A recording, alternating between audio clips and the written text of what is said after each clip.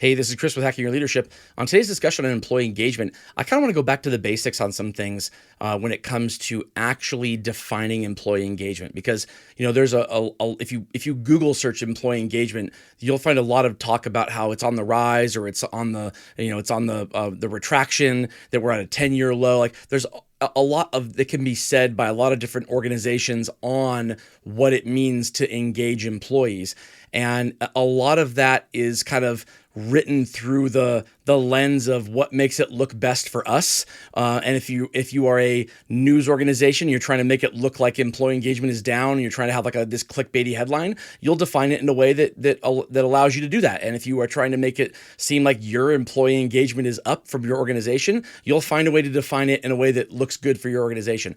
But if you really look at the heart of what employee engagement is, without any spin or any kind of like lens that kind of prioritizes one thing over another, the true definition of employee engagement is how much an individual employee, is committed to helping their company achieve its goals. And if you think about it in that context only, it really pulls the gloves off around what does that mean, right? What does it mean for an employee to help their organization achieve its goals? And if you think about what would lead an employee to help their organization achieve its goals versus what would prevent an employee from helping their organization achieve its goals, you have to look at it in the context of what's important to that employee. Because some people care about some things more than others, and some people have non-negotiables. Some people have things that are negotiable but preferenced, and then some people have things they just don't care about at all. And so the conversation on employee engagement can't be just around a number or a self-reporting or what people are saying or the talk around the water cooler. Employee engagement is less about a team and more about an individual. And to look at it through any lens other than that individual employee and how engaged they are and what it means to them, I think is short-sighted. So I want to talk about this a little bit, because what is important to each individual matters so much that it's almost irrelevant to try to talk about what matters to a team as a whole, because you get much less effective at providing for a team than you do at providing for an individual. Yeah, I think it's a great call out, because many times in organizations and places you kind of look at employee engagement as a total score, and as a like how are the collective or the majority of people feeling, and yeah, that is definitely a way to take a look at it, but it does come down to each individual person and how they feel, obviously. But then as a leader, though, it's understanding that there are many things and elements of how you lead and what you offer people, from a support, scheduling, benefits, pay, whatever, like all these things matter. But understanding the individual person and what they're looking to achieve, both personally and professionally, is a major component of this, because it feels a lot more personal and unique when you know why I'm here, what I enjoy doing, what I'm trying to accomplish, at work, but also like, at home. What are some goals, or what are some motivations for, why I work or why I do what I do? And then you start to align me with those things, and tie them, to the work that we do. That type of clarity and connection is exactly what makes me feel like, all right, Chris understands who I am. Chris knows what I like to do. Chris knows how I like to learn. Chris also knows that I'm trying to, that I want to move up in an organization. That I'm also looking to become a homeowner in the next 2 to 5 years. Like, he knows these things about me, and so when we talk about the work that I'm doing, he tends to put that in the context of who I am and where I'm going and what I want to get done, and that's super helpful, because now I know that. If I show up, and if I'm continually getting better at the work that I'm doing, that opens up the doors of opportunities for me for other opportunities, and those opportunities can be promotions or other things that allow me to increase my income. And as I'm doing that, it allows me to live the lifestyle that I'm living, but also save money towards the house that he knows that I'm trying to buy in the future.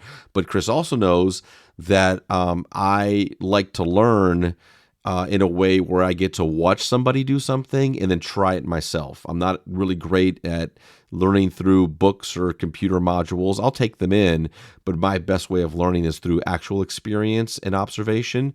And so because Chris knows these things about me and we talk about these things and he helps me see how these things are helping me achieve my professional and personal goals, man, I feel really engaged. And I think that Yeah. for each individual person, then the collective feels much better about the work that they're doing. Yeah, I think that's spot on. I want to go over some of the things that you as a leader can do to actually make this happen, to try to align or kind of connect in some way the goals of the individual to the goals of the organization, so that the employee isn't having to choose between the two, because it's not possible to make it a perfect connection. It's not possible to make it always align, but it has to mostly. It has the in general, an employee has to feel like they're not working against their own goals in order to work for the organization. And so I want to go over some of the things you can do as a leader to make that less likely to be the case. But first, let's give it a word for one of our sponsors. All right, if you're a leader of people and you're trying to help each individual person on your team align their goals with the goals of the organization, there are a couple things that you need to do first that are absolutely imperative. One, you have to trust that what the person is telling you that their goals are, that they're real. I think a lot of leaders are under the impression that they have a relationship with their people that will lead their people to confide in them what their goals are, as opposed to telling them the goal that they think the leader wants to hear. This is you're barking up the wrong tree if you start there, because a lot of people are hesitant to share what their goals are.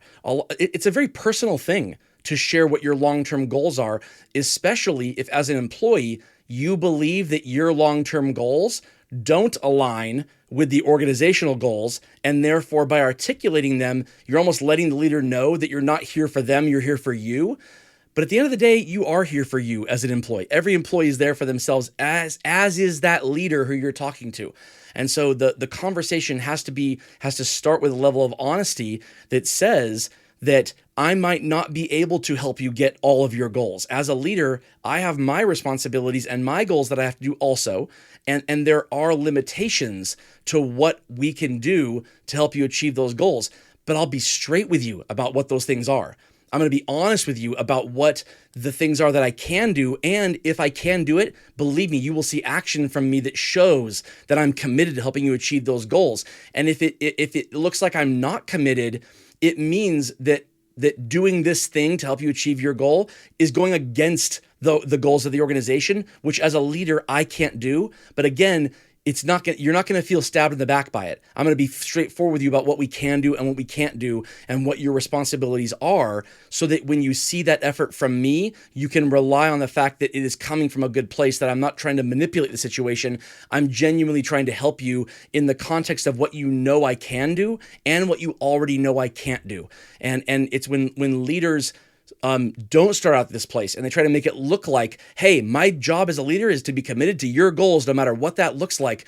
No employee actually believes that's the case. And so when your actions don't align with that, they will start to believe that your sincerity was lacking when you said it to begin with. And so being transparent about that with the individual, it needs to start there, so that the conversation can start off on a good foot. And then when you're actually acting in service of their goals, you'll find that they will start making decisions in spirit of the organizational goals, because they like having you as a leader at the helm helping them, and they know that they'll be able to accomplish their goals faster if they have your support. Yeah, I think it's such a great call out. And I think it's so important to, as you spend your time as a leader, to really think through what do those relationships look like? How and where are you spending your time? What are you doing to validate and make sure that, in fact, people are able to kind of connect the dots with your help? And how are you building into your own schedule and cadences and follow up and all that type of stuff? Like, how are you making sure that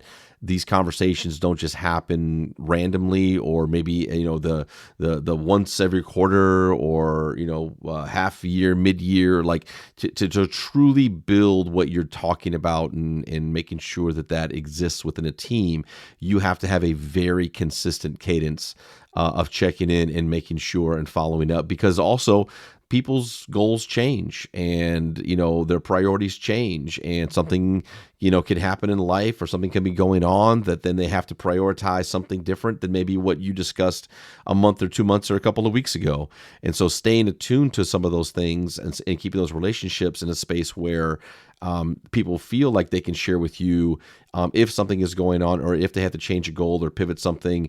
That conversation is going to be so helpful when it comes to continuing to have high levels of engagement with each individual person. And I know, based upon industries and team sizes and things like that, it can be difficult. It can be hard in certain spaces where you don't have enough time to connect at that much of a level, but you got to find ways to do it. You have to find ways to communicate. You have to find ways to share your thoughts, to gather their thoughts, and to be able to build plans and strategies that really allow for the level of dialogue and connection that really drives engagement across the team. Yeah, I completely agree with you on that. The last thing that I want to say about this, and this is very, very important, sometimes it doesn't work. Meaning, if a person says their goal is to, go back to school and get their, law degree, and the school schedule requires them to be in class Monday through Friday from, 8 a.m. to 3 p.m., but the job they're working is Monday through Friday, 9 to 5. So they're basically saying to you, in order for me to get to my goal, I can't be at the office on Monday through Friday from 9 to 3 o'clock.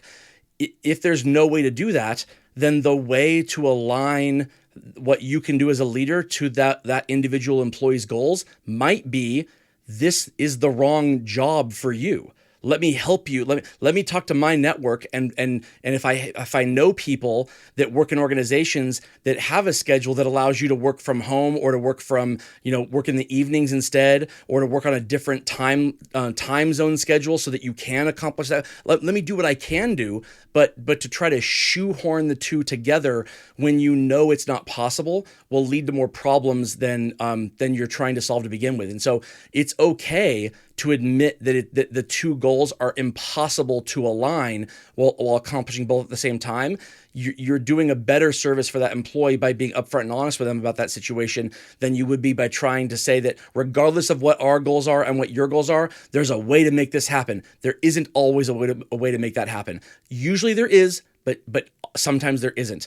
And being honest about that is absolutely imperative. Thank you all for joining us on this discussion of employee engagement. We'll see you next Thursday for the next one. You have a great day.